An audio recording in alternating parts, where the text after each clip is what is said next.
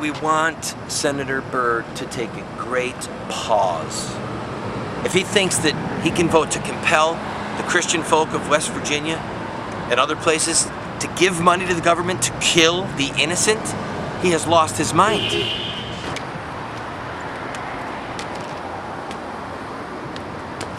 And it only cost me $400.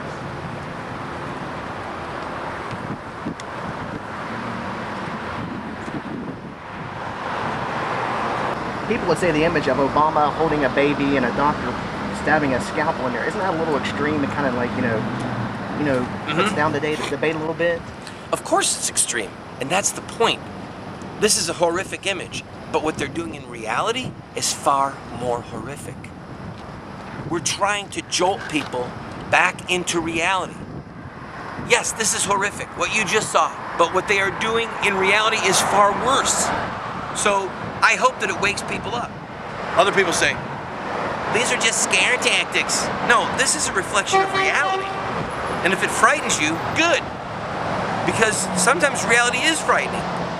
Today we're doing a little bit of pushback against Randall Terry of Operation Rescue, which is basically a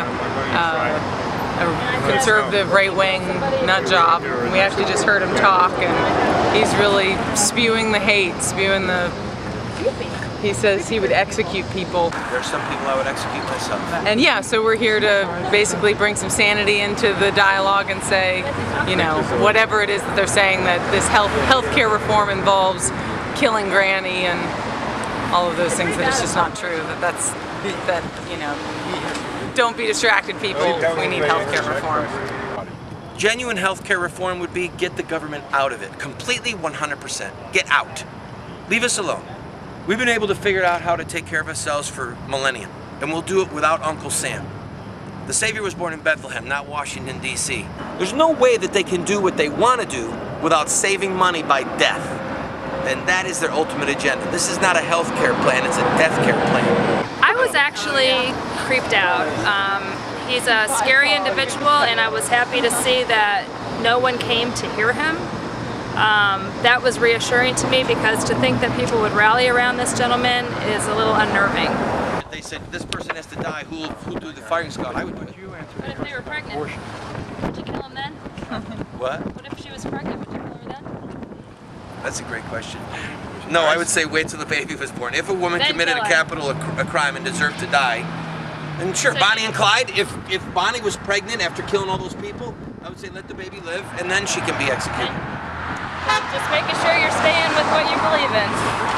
Healthcare is a blessing from God, and we as the human community have a duty before the Lord to help one another. It's an act of charity, and it's an act of freedom.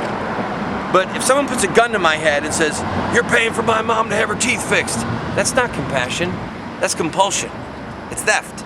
In my opinion, there are 3 areas where we could have a real crisis if they push this through and they force us to pay for murder. One is there will be people who legitimately say, I'm not paying my taxes anymore. 2, you'll have people that will participate in random acts of vandalism and violence even against buildings, places. And then the third, God forbid, is that some people on the fringe, or some people who've just had it, bring random acts of violence against those who they think are responsible for this murder.